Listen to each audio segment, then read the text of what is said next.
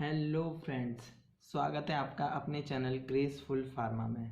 तो हम पढ़ रहे थे बी फार्म फोर्थ सेमेस्टर का फार्माकोग्नोसी सब्जेक्ट, जिसमें कि हमारी यूनिट 4 चल रही थी, जिसमें हमने अपने 2 लेक्चर कंप्लीट कर लिए थे। तो आज हम लेके आए हैं थर्ड लेक्चर, जिसका हमारा टॉपिक है यूनानी सिस्टम ऑफ मेडिसिन एंड आपका होम्योपैथी सिस्टम ऑफ मेडिसिन।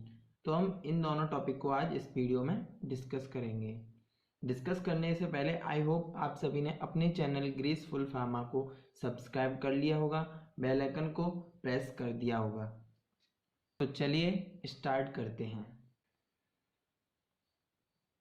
यूनानी medicine system is also known as Unani Tibb and Arabian medicine and Islamic medicine. जो यूनानी मेडिसिन सिस्टम है ये इसे हम यूनानी तिब, मतलब जो यूनान के लोग थे उन्होंने इसे दिया था। यूनानी तिब भी बोलते हैं, अरबेनियन मेडिसिन भी बोलते हैं एंड आपका इस्लामिक मेडिसिन भी बोलते हैं। ये ग्रीस से ऑर्गेनाइज किया गया था। इनके एक फिजिशियन थे जो ग्रीक के थे, हिप्पोक्रेट्स एंड गैलेन, इन्होंने इसे ऑर्गेनाइज्ड किया था।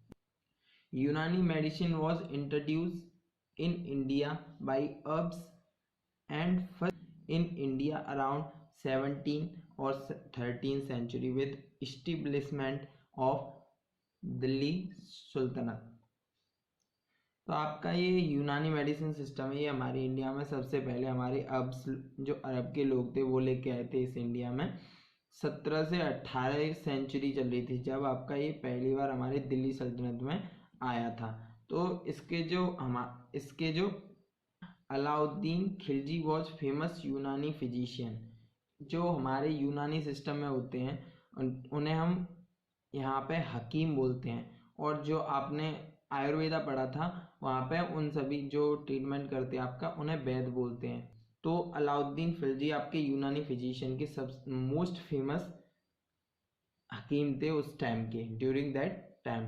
तो हकीम अजमल खान इज यूनानी physician but also one of the. Ajmal Khan आपके यूनानी फिजिशियन भी थे एंड वो एक फ्रीडर फाइटर भी थे। अब प्रिंसिपल की बात करें तो बेसिकली ये हमारे 2 थ्योरी पर बेस होता है इसका प्रिंसिपल। हिप्पोक्रेट्स थ्योरी को हम ह्यूमर थ्योरी भी बोलते हैं, एंड आपका है फाइटोगोरस थ्योरी। ये हमारे 4 प्रॉक्सिमेट क्वालिटीज होती हैं इनमें।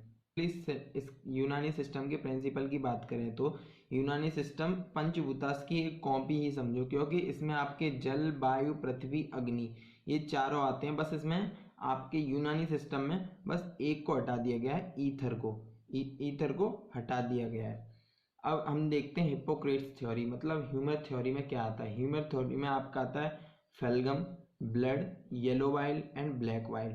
फेलगम होता है उसे बलगम बोलते हैं, ब्लड मतलब दम, येलो वाइल मतलब सफरा, ब्लैक वाइल मतलब सौदा। तो इन्होंने proximate qualities are like hot, cold, moisture, wet and dry. Hot, cold, wet, dry.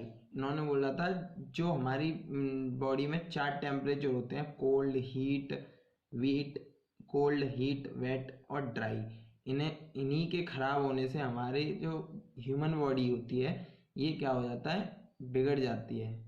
जब हमारी बॉडी में कोल्ड, हॉट, वेट, ड्राई ये खराब हो जाएंगे हमारी ह्यूमन बॉडी में, तो हमारी बॉडी क्या हो जाएगी, बिगड़ जाएगी। और उन्होंने कहा कि अगर ये चारों चीज़ें, अगर हॉट, कोल्ड और वेट और ड्राई आपके इम्बेलेंस होते हैं तो इन्हीं की वजह से हमारी बॉडी में बीमारियां उत्पन्न होती हैं। The body has simple and compound organs which got nourishment through 4 humours. इन्होंने बोला था कि शरीर को प्रॉपर नरिशमेंट की जरूरत होती है, प्रॉपर पोषण की जरूरत होती है, और जो नरिशमेंट होती है उसी से हमारी बॉडी स्वस्थ रहती है, उसी से हमारी बॉडी अच्छी रहती है। इसलिए इन्होंने बोला था कि हमें दवा की कोई ज़रूरत नहीं, हमें बस अपनी बॉडी में पोषण की ज़रूरत है, हमें अच्छा पोषण मिलना चाहिए। तो शरीर में इन्होंने बोला था कि 4 एलिमेंट प्रेजेंट होते हैं, 4 तत्व प्रेजेंट होते हैं, वही हमारी बीमारियों को उत्पन्न करते हैं। अगर वो इम्बेलेंस होते हैं तो हमारी बीमारियां क्या करती हैं, उत्पन्न होती हैं उन्हीं से। तो जैसे हमने तो जैसे हमने प्रीवियस वीडियो में देखा था,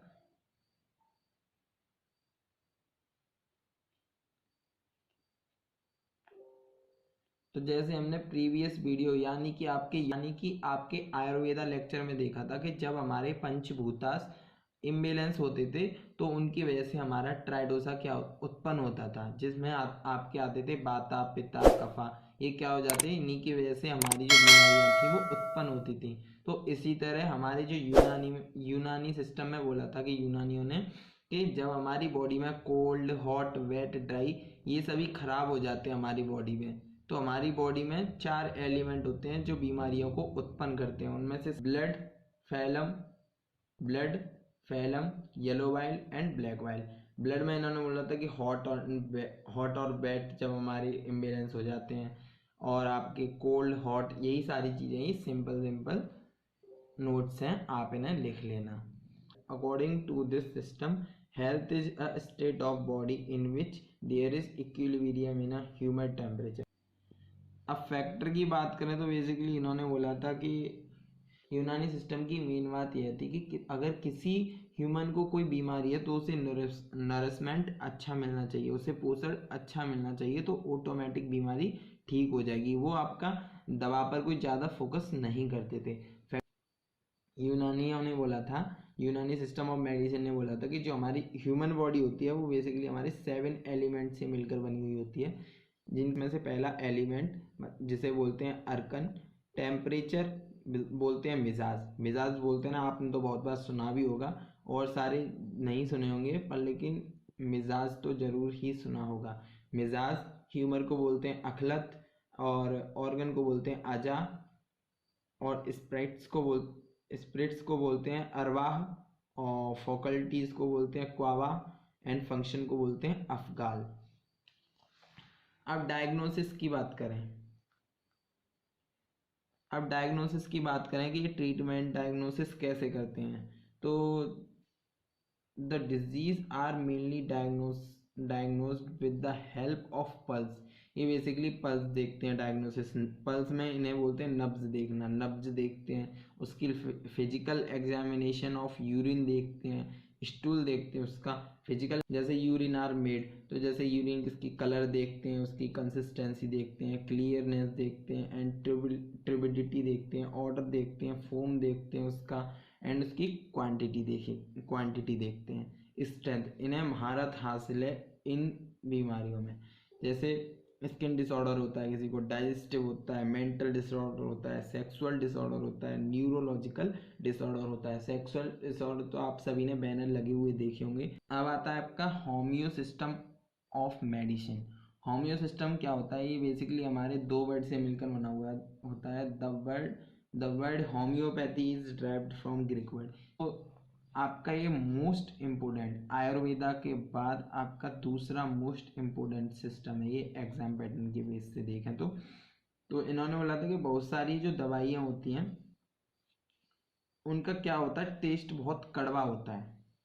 तो इन्होंने क्या किया था, बहुत छोटी छोटी चीनी की मीठी मीठी दवाइयाँ बनाई थी, क्योंकि बच्चे खाते थे कभी कभी मेडिसिन, तो उन्हें बहुत कड़वी लगती थी तो वो खाते नहीं थे, तो इसलिए इन्होंने मीठी दवाई निकालने की सोचा कि मीठी दवाई कैसे निकाली जाए। सिस्टम होता है वो बेसिकली होम्योपैथी दो ग्रीक वर्ड में ड्राइव्ड होता है, होम्योस एंड पैथोस। होम्यो मतलब सिमिलियर, सेम, एंड पैथोस मतलब डिजीज। तो इनका प्रिंसिपल इन पर बेस नहीं था कि जो अलग बीमारी होती है उनकी अलग ही मेडिसिन होती है, क्योंकि कुछ डिजीज ऐसी भी होती हैं जिनके सिम्टम सेम होते हैं। जैसे मानिए कि आपको डेंगू हुआ तो उसमें भी बुखार आता है, आपको मलेरिया हुआ उसमें भी बुखार आता है। तो बहुत सारी जो डिजीजेस होती हैं, बहुत सारी बीमारियां होती हैं, उनके बहुत सारे सिम्टम सेम होते हैं। तो इन्होंने माना कि जिस बीमारी का सिम्टम सेम होता है तो उन्हें दवा भी सेम देनी चाहिए। सिंपल होम्योपैथी में आपका सिंपल ट्रीटमेंट होता है, ये बोलते थे कि कम डोज आपको प्रिस्क्राइब करते हैं। ये होम्योपैथी सिस्टम होता है, उसमें आपको कम डोज प्रिस्क्राइब की जाती है, कम डोज दी जाती है आपको। आपने ये सिस्टम आपका जो इंट्रोड्यूस किया था ये हनीमैन ने किया था, doctor Christian Friedrich Samuel Hahnemann. Samuel Hahnemann. इन्होंने 1755 से 1843 के बीच में आपकी ये दी थी। ये एक जर्मन के फिजिशियन केमिस्ट थे, फार्मासिस्ट थे ये भी एक। या सिमिलिया सिमिलबस, सिमिलिया सिमिलस करेंटर, सिमिलिया सिमिलस करेंटर मतलब like are cured cured by like. अगर आपकी बीमारी अलग है पर सिम्टम आपके सेम है तो आपको सेम मेडिसिन मिलेगी, जो सिम्टम सेम मेडिसिन मिलेगी। कुछ बीमारियां ऐसी होती हैं कि जिनके सेम लक्षण होते हैं आपके, जैसे कि डेंगू में बुखार आता है, मलेरिया में बुखार आता है, तो उन दोनों को एक जैसी दवा देनी चाहिए। इनका प्रिंसिपल इसी पर बेस्ड था। अब फंडामेंटल और प्रिंसिपल ऑफ होम्योपैथी देखें तो वही सारी चीज़ें हैं मैंने आपके लिए, आप देख के लिख लेना। लॉ ऑफ सिमिला,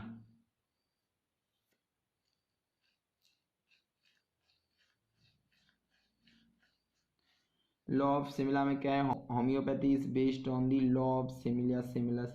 ये वही है जो हमने यहाँ पे पढ़ा था, यहाँ पे पढ़ा कि कुछ लॉ ऑफ सिमिला मतलब कि आपकी जो कुछ कुछ बीमारियाँ ऐसी होती हैं जिनके सेम लक्षण होते हैं तो उन्हें सेम ड्रग देनी चाहिए।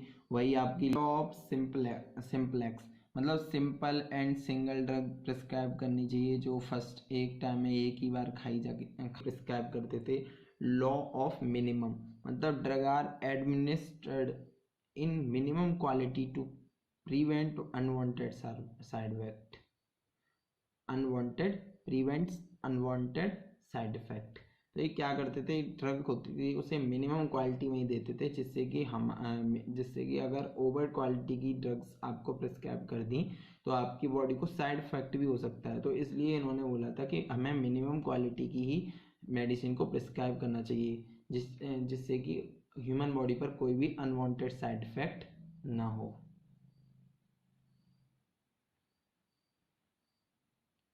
ड्रग प्रूविंग ये वही कि थेरापेटिक कैसा उनका अच्छा दिखाना चाहिए, ये सारी सिंपल सिंपल लैंग्वेज में मैंने लिखे हैं, आप सभी देख लेना।